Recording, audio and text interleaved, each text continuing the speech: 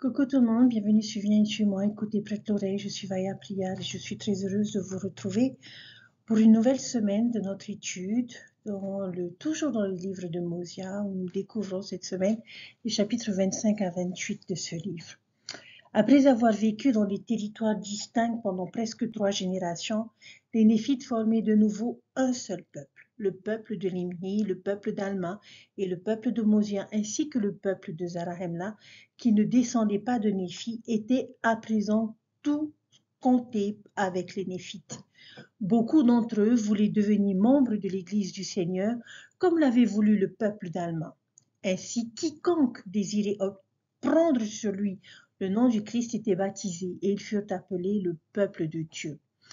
Après des années de conflits et de captivité, il semblait que les Néphites allaient enfin connaître une période de paix.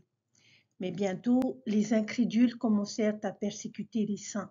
Ce qu'il y avait de particulièrement navrant dans cette histoire, c'est que beaucoup de ces incrédules étaient des enfants de croyants, c'est-à-dire la génération montante, parmi lesquels figuraient les fils de Mosia et l'un des fils d'Alma. Le récit raconte la visite miraculeuse d'un ange. Pourtant, le véritable miracle dans cette histoire n'est pas seulement l'apparition d'anges à des fils égarés, c'est la conversion qui est un miracle et elle doit se produire en chacun de nous d'une manière ou d'une autre. Chers frères et sœurs, notre lecture de cette semaine est encore très intéressante. Lorsque nous commençons au chapitre 25, nous voyons que les Néphites de Mosia sont un groupe de personnes qui, selon moi, illustre vraiment le pouvoir d'une étude engagée et consciencieuse des Écritures. Permettez-moi de vous donner un bref résumé de ce qui se passe ici pour vous aider à comprendre. À ce stade du livre de Mormon, les Mulékites, peuple du roi Mosia, peuple de Lémi et le peuple d'Alma sont tous unis dans la ville de Zarahemla. Et nous avons l'établissement d'une communauté appelée collectivement Néphite ou peuple de Dieu. Et dans ce chapitre, le chapitre 25, nous voyons le roi Mosia charger Alma d'établir une église ou différentes congrégations de l'église dans tout le pays. Et puis, l'une des premières choses que le roi Mosia fait avec ce groupe unifié de saints est de leur lire à la foule les annales de Zénith et du peuple d'Alma. Regardez comment ils réagissent.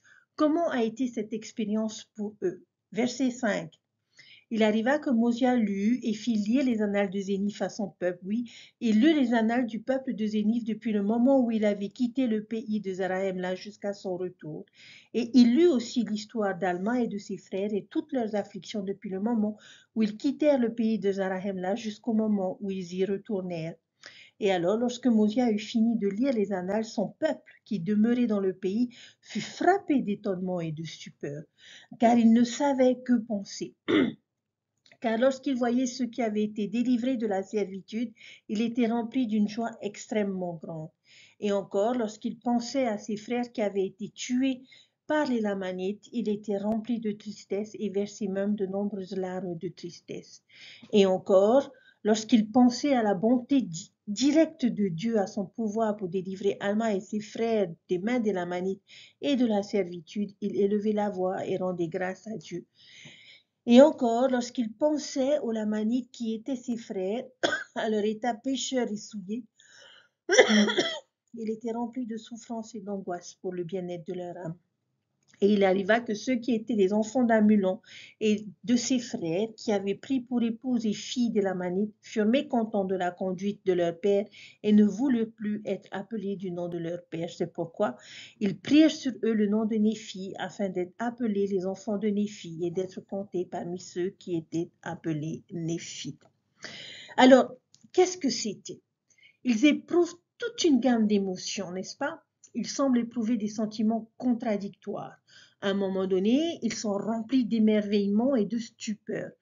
Le suivant, ils éprouvent une joie extrêmement grande. Ensuite, ils pleurent de tristesse et ils élèvent la voix en signe de gratitude. Et enfin, ils sont remplis de douleur et d'angoisse pour les Lamanites. C'est un peu des montagnes russes, n'est-ce pas?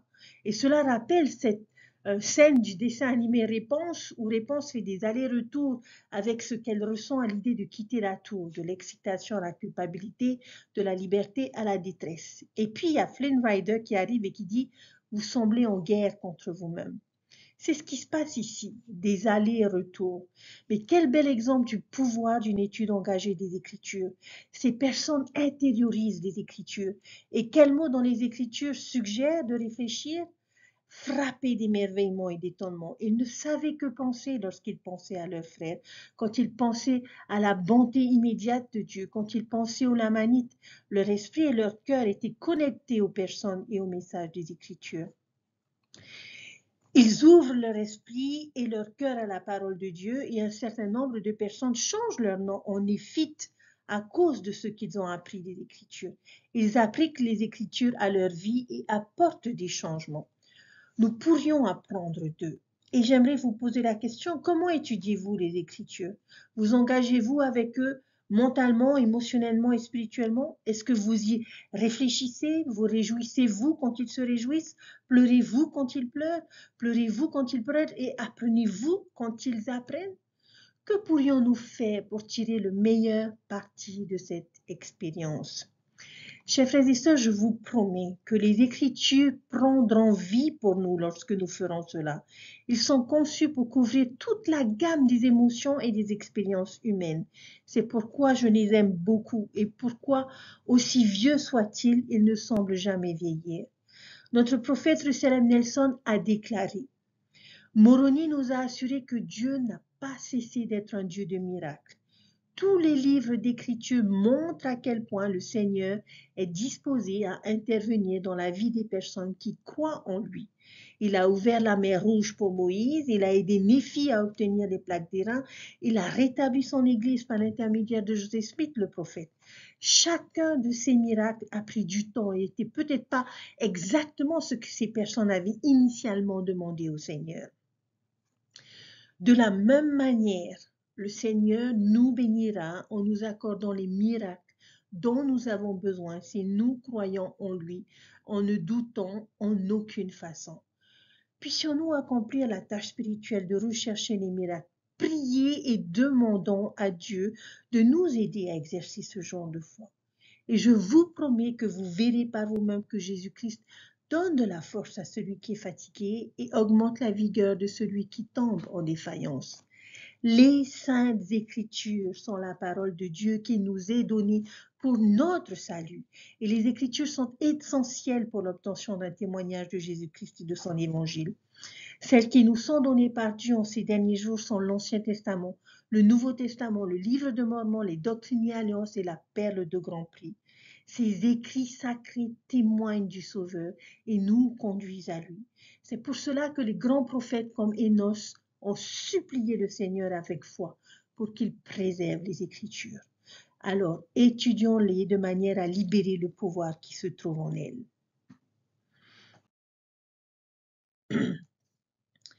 Je pense qu'il y a une leçon cruciale pour les parents et les enfants dans le chapitre 26, et particulièrement dans les premiers versets. Il pourrait être plutôt amusant de réfléchir à la manière dont les choses ont changé d'une génération à l'autre de nos parents. Je pourrais vous demander en quoi notre génération est-elle différente de celle de nos parents? Une génération était plus frugale ou plus ambitieuse, une génération a des valeurs plus conservatrices et une autre plus généralement libérale. Une génération accorde peut-être plus d'importance au travail acharné qu'au loisir, et vice-versa. Ces transformations générationnelles peuvent être si prononcées que l'on commence même à les distinguer par des étiquettes. Vous avez la grande génération, les baby boomers, la génération X, les milléniums. Et dans Mosia chapitre 26, verset 1, nous avons deux forces ou mentalités qui sont souvent opposées. L'un regarde vers l'avant et l'autre regarde en arrière. Pouvez-vous trouver ces deux forces ou expressions dans ces versets? D'un côté, nous avons la génération montante et de l'autre, la tradition de leur père. Et dans ces deux cas, ces deux forces sont en contradiction. Ils sont en conflit dans Mosia 26. La génération montante de Zarahemla rejette les traditions de leur père. Et je suis sûre que nous avons déjà été témoins de ce type de dynamique au cours de notre propre vie, où la jeune génération cherche à se débarrasser des conventions et des valeurs de la première. Je pense que chaque génération peut être confrontée à ce problème d'une manière ou d'une autre, mais il existe des exemples plus prononcés de ce phénomène au cours du siècle dernier. La génération plus âgée rejette les plus jeunes comme étant irresponsables et accros à la technologie. et la jeune génération lève les yeux au ciel vers les plus âgés. La question, est-ce que cela doit toujours être le cas?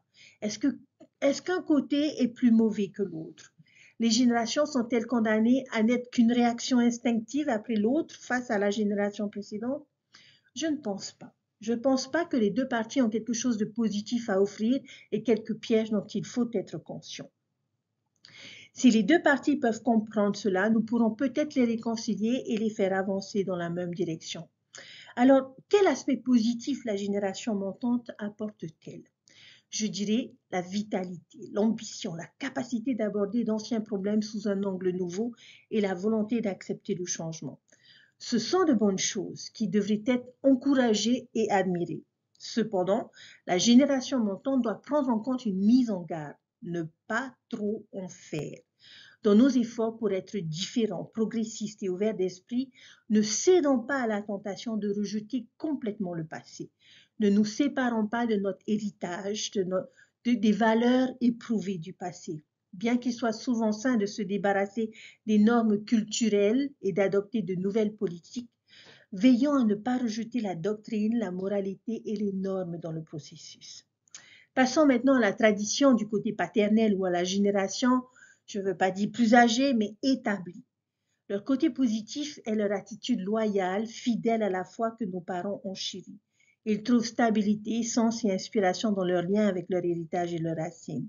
Ils contribuent à empêcher la société de répéter encore et encore les mêmes erreurs. Leur expérience et leur sagesse doivent être reconnues et respectées, mais il y a aussi quelques avertissements à leur intention.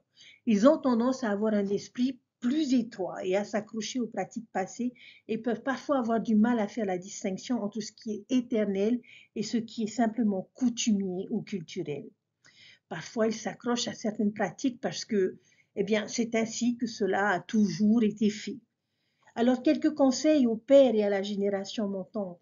Tradition du côté des pères, soyons ouverts au changement, cherchons à reconnaître la différence entre les principes éternels et ce qui ne peut être que culturel. Attention à ne pas rejeter rapidement les points de vue et les idées de la génération montante, embrassant leur vitalité et leur innovation. À vous, génération montante, lorsque nous nous déconnectons de notre patrimoine, nous ne le faisons à nos risques et périls. Vous devez également chercher à reconnaître ce qui est éternel dans la nature, même s'il peut être difficile à vivre. La génération montante peut également avoir davantage de difficultés à s'intégrer et à suivre le courant de la pensée et des pratiques modernes. Ça ne peut pas être. Suivre le Christ nécessitera toujours des sacrifices, de la foi et une volonté de se séparer du monde. Nous ne pouvons et ne devons pas supprimer les choses qui comptent le plus. Si nous pouvons simplement trouver le juste équilibre entre ces deux choses au lieu d'être en opposition, ne serait-il pas formidable d'amener l'énergie des deux générations montantes à correspondre à la tradition de l'énergie des pères et à les faire avancer dans la même trajectoire ascendante? Pensons simplement, si la génération montante était capable de prendre complètement en charge l'Église, quels principes vitaux, quels principes éternels et quelles pratiques critiques pourraient être mis de côté dans la naïveté de la jeunesse? Il n'est pas étonnant que notre Église soit dirigée par ceux de la génération établie. Mais aussi, réfléchissez-y, si l'Église n'avait jamais été disposée à progresser avec la génération montante et à apporter des changements. Les femmes porteraient-elles encore des robes pionnières et resteraient-elles confinées à la maison sans voter? Je me suis souvent demandé si, dans les politiques en matière de race et de sacerdoce, dans cette catégorie de phénomènes culturels, je suis contente que les choses aient changé. Un cadeau de la génération montante. Et comme il est merveilleux que l'Église ait pu progresser aux côtés du reste de la société, certaines choses doivent rester stables et d'autres doivent bouger, comme dans le système solaire. Le soleil reste stable, mais la terre bouge. L'Église est de la même manière. Et j'aime la façon dont les Doctrines et Alliances décrivent l'Église. Dans Doctrines et Alliances, section 1, verset 30, qui est appelée la véritable Église vivante. Deux termes descriptifs très importants. Nous avons une véritable tradition fondamentale, éternelle et immuable, mais nous avons aussi la vie, le changement, le progrès, l'adaptabilité, la vitalité de la génération montante. L'Église doit être et est les deux. Et je pense que nous serons toujours en sécurité si nous suivons les prophètes vivants. Regardons simplement nos positions actuelles dans l'Église. De nombreux changements ont été apportés. Je pense que la plupart d'entre nous conviendraient à dire qu'ils pourraient être qualifiés de progressistes et de transformateurs. Changements dans nos programmes pour les jeunes, changements dans la durée de nos réunions de l'Église, dans les politiques concernant la communauté gay, les ajustements à la cérémonie du temple, etc. En même temps, nous le voyons fermement enraciné et attaché à notre passé. La nouvelle déclaration au monde qui vient d'être publiée lors de la conférence générale en est un bon exemple. Enraciner fermement l'Église dans le fondement de l'établissement. Je crois que les frères trouvent l'équilibre parfait entre le nouveau et l'ancien, la montée et la tradition. Assurons-nous de garder nos yeux et notre cœur tournés vers les frères et je témoigne que si nous faisons cela, nous ne nous tromperons jamais. Peut-être que j'ai passé beaucoup de temps là-dessus, mais je pense que c'est une dynamique importante à comprendre et qui peut être mise en évidence ici dans Mosia chapitre 26, parce que c'est ce qui se passe ici. La génération montante se rebelle contre les traditions de leur père et je crois que c'est une crainte que nourrissent tous les parents fidèles. Moi aussi, je m'inquiète à ce sujet et je me demande toujours comment puis-je transmettre ma foi à mes enfants? Comment puis-je les élever, les enseigner de telle manière à ce qu'ils reviennent sur le chemin des alliances? La flamme n'est pas passée et nous devons faire attention à ne pas rejeter trop rapidement la faute sur les parents dans ces cas-là. Vous verrez qu'ici, aucun reproche n'est imputé au père ou aux mères de Zarahemla. Je ne vois pas ce message dans ce chapitre. Les parents peuvent presque tout faire correctement tout en ayant des enfants qui s'égarent. Peut-être que parfois c'est simplement le flux du temps qui semble entraîner même les bons enfants dans son courant. Et plutôt que de blâmer les papas et les mamans, Mormon décrit ce qui selon lui est arrivé à cette génération. Et peut-être que si nous pouvons comprendre ce qui s'est passé, nous pourrons peut-être prendre des mesures pour éviter que cela nous arrive. Je pense que l'on peut voir une progression dans les premiers versets de Mosia 26, dans les versets 1 à 4.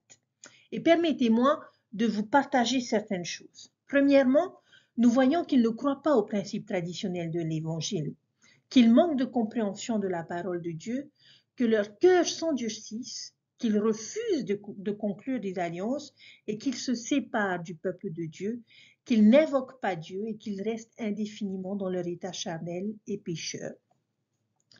Le premier problème ici est qu'ils n'y croyaient pas. Ils ne croyaient pas à la tradition de leur père. Ils ne croyaient pas à la résurrection. Ils ne croyaient pas à la venue du Christ. Tout comme la foi est le premier principe de l'Évangile, l'anti-foi est le premier pas pour s'en éloigner. Que provoque une absence de foi dans le verset 3? Un manque de compréhension. Maintenant, je vois qu'il est dit que la raison pour laquelle ils n'ont pas cru, c'est parce qu'ils ne pouvaient pas comprendre les paroles du roi Benjamin, parce qu'ils étaient de petits enfants au moment où il leur a parlé. Pour moi, la non-compréhension du verset 1 est différente de la non-compréhension du verset 3. La compréhension du verset 1 est une compréhension mentale ou cognitive. Ils ne comprenaient pas parce qu'ils étaient des nourrissons et des tout-petits. À ce stade, ils ne pouvaient même pas saisir le concept du langage, encore moins le message enseigné. Alors oui, en ce sens, nous devons être intellectuellement conscients avant de pouvoir avoir la foi. Mais la non-compréhension du verset 3 est une non-compréhension du cœur et pas de l'esprit. Et c'est là le problème crucial. Un cœur endurci conduit au refus de contracter des alliances, ce qui nous amène à nous séparer du peuple de Dieu. Et si nous nous séparons du peuple de Dieu, nous n'invoquerons pas Dieu forcément. Et tant qu'ils refusent d'invoquer Dieu, ils resteront indéfiniment dans leur état charnel et pécheur. Vous avez peut-être voulu mettre le fait de ne pas faire appel à Dieu comme dernière étape, mais c'est la cause de leur état final de pécheur. Et c'est pour ça que j'ai mis cette étape en avant-dernière. Et je pense que le monde fait souvent marche arrière, surtout lorsqu'il s'agit de questions de foi. Le monde dit « je le croirai que quand je le verrai » ou alors « je le croirai quand je comprendrai ». Mais je ne comprends pas pourquoi je dois suivre toutes ces règles. Je ne paierai pas ma dîme parce que je ne comprends pas pourquoi je devrais le faire. Je ne garderai pas mes choix médiatiques purs parce que je ne comprends pas pourquoi c'est si grave. Je ne me ferai pas baptiser, je ne ferai pas de mission ou je ne me marierai pas au temple parce que je ne comprends pas l'importance de ces choses. Mais Dieu dit non, la foi d'abord. Croyez et alors vous verrez. Croyez suffisamment pour agir en fonction de ces choses, pour expérimenter sa parole. Si nous voulons comprendre la dîme, croyons au principe de la dîme suffisante pour la payer. Alors le témoignage et la compréhension viendront. Croyez suffisamment au principe des commandements et des normes pour les vivre. Alors la croyance ou la compréhension viendra. Jésus-Christ a enseigné ce principe dans Jean chapitre 7, verset 17. Si quelqu'un veut faire sa volonté, il connaîtra si la doctrine est de Dieu ou si je parle de moi-même. Croyons suffisamment pour faire, alors la connaissance et la compréhension viendront sûrement.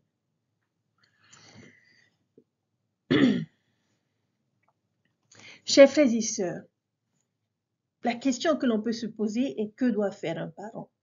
Comment les parents peuvent-ils aider la génération montante à maintenir sa vitalité tout en embrassant et en respectant les traditions des pères? Regardez cette liste et réfléchissez aux moyens spécifiques par lesquels nous pourrions empêcher que ce problème ne se produise.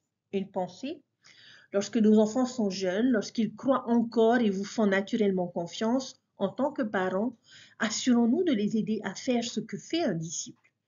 Si vous attendez l'adolescence, il sera peut-être trop tard. Assurez-vous de les emmener avec vous chaque semaine à l'église, d'étudier les Écritures avec eux, de prier avec eux, de les aider à payer leur dîme. Laissez-les vous voir faire toutes ces choses. Je connais un parent qui, pendant un certain temps, n'a pas vraiment insisté sur le fait d'aller à l'église avec sa famille. Leur présence était très sporadique et au lieu de cela, ils allaient souvent faire du bateau en vacances ou à des événements sportifs le dimanche. Il se sentait justifié de dire que passer du temps récréatif avec sa famille était, à ses yeux, tout aussi bénéfique que l'église. Ce même père a été très consterné lorsque ses enfants, un par un, à mesure qu'ils grandissaient, ont décidé de ne pas faire de mission, de ne pas se marier au temple ou d'aller du tout à l'église. Aujourd'hui, aucun de ces enfants n'est actif dans l'église à ce jour. Alors commençons jeunes. Montrons-leur que nous vivons et aimons notre foi. Laissons-les nous entendre rendre témoignage. Laissons-les nous surprendre en train d'étudier nos Écritures, de faire nos prières ou de partager l'Évangile. Ce n'est pas une stratégie infaillible. Je veux dire que nous pouvons faire presque tout correctement et nous pouvons quand même les perdre, mais nous pouvons mettre toutes les chances de notre côté pour qu'un héritage de foi soit transmis à la génération montante en nous concentrant sur cette première étape essentielle. Et puis peut-être que la progression inverse se produira. Au lieu de ne pas croire, ils gagneront la foi et avec cette foi, ils comprendront la parole de Dieu et s'ils comprennent, leurs cœurs seront adoucis. Ils seront prêts à conclure une alliance. Et s'ils sont disposés à conclure une alliance, ils auront le désir de s'associer avec d'autres membres de l'Église du Christ. Et s'ils sont prêts à s'associer à l'Église, ils feront appel à Dieu. Et s'ils invoquent Dieu, ils sont plus à même de pouvoir repousser un état charnel et pécheur. Chers frères et sœurs, pour transmettre la flamme de la foi, les générations précédentes doivent chercher les moyens de raviver la foi de leurs enfants. Et la génération montante doit être disposée à respecter et à honorer la tradition.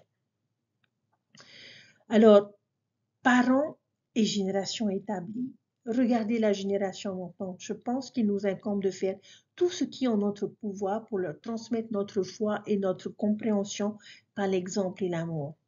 Ne cherchons pas à les critiquer, à les rabaisser ou à les brutaliser, mais acceptons et valorisons leur vitalité et leur progression. Et vous, génération montante, regardez vers les pères, apprenez d'eux et reconnaissez leur expérience et leur sagesse. Enracinez-vous fermement dans le passé, tout en étendant vos branches plus haut dans le ciel. Ensemble, nous éviterons ce revers de type Zarahemla et rapprocherons de plus en plus notre véritable Église vivante du règne millénaire du Christ. Dans un discours de conférence générale, Elder Newman a enseigné que pour la génération montante, le fait que la foi en Jésus-Christ soit la tradition de leur père n'est pas suffisant. Ils ont besoin d'acquérir leur propre foi en Christ. En tant que peuple de l'Alliance de Dieu, comment pouvons-nous insuffler dans le cœur de nos enfants le désir de contracter des alliances avec Dieu et de les respecter? Nous pouvons commencer par suivre l'exemple de Néphi. Nous parlons du Christ, nous nous réjouissons dans le Christ, nous prêchons le Christ, nous prophétisons concernant le Christ et nous écrivons selon nos prophéties. afin que nos enfants sachent vers quelle source ils peuvent se tourner pour obtenir la rémission de leurs péchés. Les paroles de Néphi sous-entendent un effort constant et permanent pour instruire nos enfants au sujet du Christ. Nous pouvons faire en sorte que la voix du peuple de l'Alliance ne reste pas silencieuse aux oreilles de la génération montante et que Jésus ne soit pas un sujet réservé seulement le dimanche. La voix du peuple de l'Alliance se trouve dans nos paroles lorsque nous témoignons. Elle se trouve dans les paroles des prophètes vivants. Elle est préservée puissamment dans les Écritures. Et c'est là que nos enfants parviendront à connaître Jésus et à trouver des réponses à leurs questions. C'est là qu'ils apprendront par eux-mêmes la doctrine du Christ. C'est là qu'ils trouveront l'espérance. Cela les préparera à rechercher la vérité et à rester sur le chemin des alliances pendant toute leur vie. L'une de nos responsabilités les plus sacrées est d'aider nos enfants à savoir intimement et clairement que Jésus est le Christ, le Fils du Dieu vivant, leur sauveur et rédempteur personnel, et qu'il est à la tête de son Église. Quand il s'agit du Christ, nous ne pouvons pas permettre que nos enfants ne le sachent, ne le connaissent pas.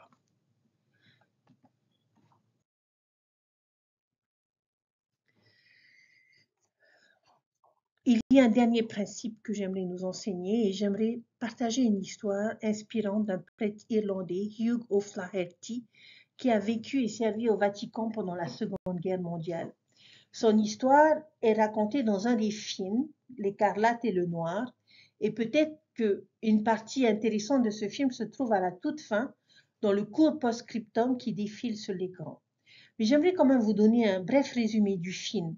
Dans le film, il utilise sa position et la neutralité du Vatican pour aider les prisonniers de guerre alliés et les réfugiés juifs à s'échapper de Rome, occupés par les nazis. Lui et un groupe de personnes créent un vaste réseau de refuges et de voies d'évacuation, risquant sa propre vie pour sauver des milliers de personnes de la Gestapo dirigée par le colonel Kappler. Et Kappler, dans tout le film, fait tout ce qu'il peut pour essayer de capturer Flaherty et de le faire exécuter. C'était juste un homme horrible. Mais Flaherty parvient à échapper à la capture encore et encore. Et malheureusement, certains membres de son organisation sont capturés, torturés et tués par Kappler. Le point culminant du film, lorsque les nazis sont soudainement contraints d'abandonner Rome en raison d'une invasion alliée et que Kappler se rend compte qu'il ne pourra pas faire sortir sa famille de la ville en toute sécurité. Alors qu'est-ce qu'il fait? Il se rend chez O'Flaherty et demande son aide, parce qu'il sait qu'il a les ressources nécessaires pour déplacer les gens secrètement et tranquillement dans toute la ville. Lorsque vous arrivez à ce moment du film, vous vous dites « Ah non, pas question, je ne le ferai pas. Cet homme a essayé de me tuer, il a tué des gens que j'aimais, a rendu ma vie horrible, et maintenant il veut que je l'aide. Jamais. » Mais après la capture de Kappler, il découvre que sa famille a été aidée et qu'elle s'est enfuie d'Italie. Qui était responsable de cet acte? Flaherty. Mais ce n'est pas tout. L'une de mes parties préférées est le post-scriptum où on apprend que pendant les années qui suivirent la Seconde Guerre mondiale, le colonel Kappler ne reçut qu'un seul visiteur, Flaherty, qui finit par le baptiser dans l'Église catholique. C'est une histoire tellement inspirante et touchante sur le pouvoir du pardon. Le pardon peut changer les gens dont nous pourrions être tentés de penser qu'ils ne méritent même pas vraiment le pardon. Nous croyons en un Dieu qui respire le principe du pardon et de la miséricorde. Et je dirais que c'est la qualité déterminante de notre Père Céleste et de son Fils. Et Mosia chapitre 26 contient et nous enseigne des idées puissantes sur le sujet. Alors, un peu de contexte. Rappelons que le chapitre commence par une description des âmes rebelles de la génération montante, ce que nous venons de voir. Et il commence à persécuter les membres de l'Église et à chercher à en éloigner d'autres. Alma adresse donc une prière très troublée à Dieu pour lui demander ce qu'il doit faire à ce sujet. Et dans la réponse de Dieu, il explique quelques principes clés concernant le pardon du pénitent. Vous savez, certaines personnes voudront changer, se repentir et retourner à l'Église. En fait, ce chapitre nous donne certaines de mes phrases fondamentales du pardon préférées. Nous allons voir quelques versets clés et je vous invite à simplement extraire vos phrases préférées qui vous enseignent le principe du pardon. Mes phrases ne sont pas les seules bonnes phrases. Vous pouvez très bien en avoir différentes, mais j'aimerais partager les miens avec vous. Et nous trouvons ces phrases dans les chapitres 25 et 26. Dans 25:10, j'aime beaucoup l'expression la bonté immédiate de Dieu. Pas seulement la bonté de Dieu, mais la bonté immédiate. L'immédiat peut avoir deux significations. Cela peut signifier être à proximité ou qu'être proche. Par exemple, vous avez un membre de votre famille immédiate et la bonté et la miséricorde de Dieu sont toujours là pour nous. Et cela peut également signifier instantané ou effectué en une seule fois. Dieu est toujours prêt à nous prêter une oreille attentive, un cœur compréhensif et un pardon gracieux. Il ne nous quitte jamais. Nous nous éloignons seulement de lui. Comme dans la parabole du fils prodigue, dès que ce garçon rentre chez lui, le pardon de son père est immédiat. Il ne laisse même pas son fils s'expliquer avant de courir vers lui, de l'embrasser et de planifier une fête pour lui. Ne vous méprenez pas. Je ne crois pas que le repentir soit immédiat ou facile. Et nous examinerons ce principe plus tard, mais je crois que le pardon l'est. Chapitre 26, verset 22, ma phrase préférée, je lui pardonnerai libéralement. Dieu est le genre de personne qui peut pardonner libéralement. Synonyme, rapidement, facilement, volontairement, sans réserve, de manière neutre, franche, avec compressement. Dieu aime pardonner aux personnes. C'est presque comme s'il se tenait là, la main tendue, attendant, espérant que vous l'atteindrez. Et dès que vous le ferez, il l'attrapera et pardonnera. C'est sa personnalité. Ce qui est gratuit n'est pas payant. Nous ne méritons pas plus le pardon que notre salut ou notre exaltation. Nous ne gagnons pas notre place au paradis. Le pardon est accordé librement et volontairement. Le véritable travail du repentir n'est pas d'essayer de convaincre Dieu de nous pardonner. Si je fais juste ceci et cela, alors peut-être que je pourrais éventuellement convaincre Dieu de me pardonner. Non, la véritable œuvre du repentir consiste à changer notre cœur et nos actions. Verset 30. Toutes les fois que mon peuple se repent, je lui pardonnerai. Le pardon n'est pas une chose unique et accomplie, pas plus que le repentir n'est une chose ponctuelle. Certains pensent qu'une fois qu'ils se repentent d'avoir utilisé leur carte sortie de prison gratuitement. Et s'ils échouent à nouveau, alors bonne chance pour être à nouveau pardonnés. Ils imaginent Dieu disant, tu as eu ta chance et tu l'as gâchée, ou 3 coups et tu es éliminé. Non, la phrase est aussi souvent que vous vous repentez. Je vous pardonnerai autant de fois que votre cœur se tournera sincèrement vers moi. Dieu nous demande de pardonner jusqu'à 70 fois 7 et ne nous demanderait jamais de faire quelque chose qu'il n'est pas disposé à faire lui-même. Dieu peut et pardonnera aussi souvent et à plusieurs reprises. Verset 31, vous vous pardonnerez mutuellement. Je suppose que s'il y a une condition préalable pour obtenir le pardon, ce serait celle-là. Si quelqu'un voulait affirmer que le pardon n'est pas gratuit, il pourrait très bien citer ce verset. Il y a une condition au pardon. Pardonner à son prochain. Rappelez-vous la parabole du serviteur impitoyable où un homme doit 10 000 talents à son Seigneur et il n'a pas de quoi payer et ne pourra jamais les payer. Pourtant, son maître lui remet toute cette dette et il le fait immédiatement et librement. Mais alors ce même serviteur exige le paiement d'un homme qui lui donne une dette très remboursable, une petite somme en comparaison. Et pourtant, il ne le fait pas. En conséquence, son Seigneur retire son ancien pardon et il est livré en prison.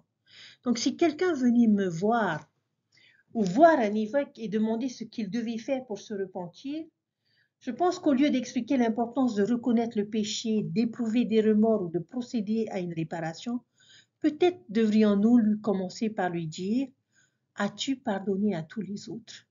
C'est peut-être l'étape cruciale que nous devons franchir si nous souhaitons nous-mêmes obtenir le pardon. Dieu nous regarde et dit « Je pardonne immédiatement, librement et aussi souvent que tu en as besoin, alors fais de même pour ton prochain. » Peut-être que le véritable péché impardonnable est alors de ne pas pardonner aux autres. Chers frères et sœurs, le pardon de Dieu est immédiat, proche et rapide. Dieu pardonne libéralement et volontairement à ses enfants. Dieu nous pardonnera aussi souvent que nous nous repentons sincèrement. Si nous refusons de pardonner aux autres, Dieu ne nous pardonnera pas. Quand avez-vous vu le pouvoir du pardon dans votre vie? Cela pourrait être un moment où vous avez reçu le pardon de Dieu, un moment où vous avez pardonné à quelqu'un ou un moment où quelqu'un vous a pardonné. Quand ce principe vous a-t-il touché? Eh bien, tout comme l'histoire de Flaherty dans Écarlate et le Noir, ces versets nous rappellent à quel point le pardon peut bénir et toucher non seulement la personne à qui on pardonne, mais aussi celle qui pardonne. Nous avons tous besoin de pardon et nous devons tous pardonner. Et je prie pour que nous soyons fréquemment émus et affectés par ce plus bel attribut divin. Les Écritures nous enseignent que l'amour de Dieu pour ses enfants est parfait. Il connaît leur capacité de faire le bien quel que soit leur passé. Il ne pouvait en aucune façon y avoir un ennemi plus agressif et plus acharné des disciples de Jésus-Christ que Saul de Tarse. Pourtant, une fois que Dieu lui a montré la lumière et la vérité, il a été le disciple du Seigneur le plus dévoué, le plus enthousiaste et le plus intrépide qui ait jamais existé. Saul est devenu l'apôtre Paul. Sa vie offre un merveilleux exemple du fait que Dieu voit les personnes non seulement telles qu'ils sont actuellement, mais aussi tels qu'ils peuvent devenir. Il y a dans la vie de chacun d'entre nous des personnes à l'image de Saul qui ont un potentiel semblable à celui de Paul.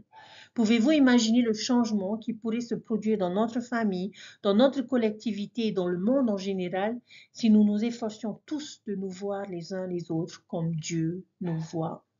Le pardon, chers frères et sœurs, est la raison même pour laquelle Dieu a envoyé son Fils. Aussi réjouissons-nous de ce qu'il nous offre la guérison. L'expiation du Sauveur n'est pas seulement pour les personnes qui ont besoin de se repentir, elle est aussi pour celles qui ont besoin de pardonner. Si vous avez du mal à pardonner à quelqu'un ou même à vous-même, demandez à Dieu de vous aider. Le pardon est un merveilleux principe guérisseur. Nous n'avons pas besoin d'être 2 fois victimes. Nous pouvons pardonner. Je témoigne de l'amour et de la patience constante de Dieu à l'égard de tous ses enfants et de son désir que nous nous aimions les uns les autres comme il nous aime. Et nous devons l'enseigner à la génération montante. Il est de notre devoir absolu d'aider les jeunes à comprendre l'Évangile et à y croire d'une façon profondément personnelle. Nous pouvons leur enseigner à marcher dans la lumière, mais cette lumière ne peut pas être une lumière d'emprunt. Ils doivent l'obtenir eux-mêmes. Ils doivent obtenir leur propre lumière de témoignage directement de la source de la lumière spirituelle, Dieu lui-même, par la prière, l'étude et la méditation. Ils doivent comprendre qui ils sont et ce que notre Père Céleste veut qu'ils deviennent. Et si nous le faisons, chers frères et sœurs, nous traverserons les ténèbres de ce monde pour entrer dans la gloire et la majesté de son royaume dans les cieux. Nous serons libres. Je sais que Dieu vit qu'il nous aime. Jésus-Christ est notre Sauveur et notre Rédempteur. Grâce à lui, nous pouvons être pardonnés et nous pouvons trouver la force de pardonner. Puissions-nous être de ceux qui aideront la génération montante à connaître le Sauveur Jésus-Christ de manière à ce qu'ils soient de bons disciples de Jésus-Christ. C'est mon témoignage et mon enseignement que je vous laisse au nom de Jésus-Christ. Amen. Je vous souhaite à tous une bonne étude. Une bonne semaine, chers frères et sœurs, et s'il vous plaît, rappelez-vous du pouvoir des Écritures et les miracles qui peuvent se produire parce que nous les étudions et parce que nous les méditons et les mettons en pratique. Alors, plongez-vous dans vos Écritures et je prie que cette semaine, vous ayez vos propres miracles. Je vous dis à bientôt. Bye.